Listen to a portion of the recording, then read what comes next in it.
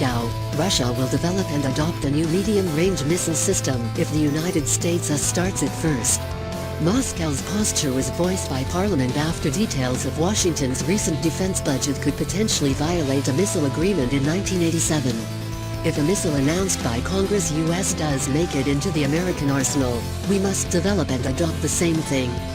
Russia has a military and technical capacity for it, said Viktor Bondarev, chairman of the House of Defense and Security Committee of the Russian Parliament. Both countries are tied to the Intermediate-Range Nuclear Forces INF Treaty or Treaty on Middle Nuclear Forces in 1987.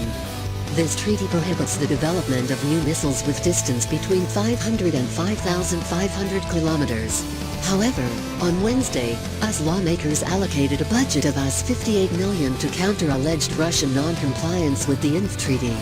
The amount of the budget is part of the $700 billion proposed in the National Defense Authorization Act (NDAA) for fiscal year 2018. The measures to counter alleged Russian activities include a medium-range missile research and development program that clearly violates the INF Treaty. The Moscow parliament has no doubt that INF's offense is inevitable, and warns Russia's government to respond immediately. This will completely contradict the INF Treaty, said Vladimir Shaimanov, chairman of Russia's lower house defense committee and former head of Moscow's Air Force, on Thursday. Our president said his response will be instantaneous, he said, citing comments made by President Vladimir Putin.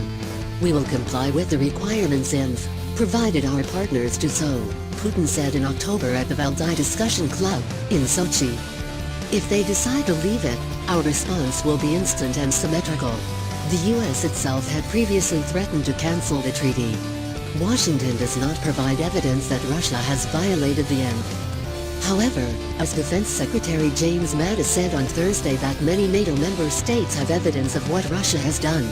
We have strong confidence now for several years that the Russians have violated INF, and our effort is to bring Russia back into compliance.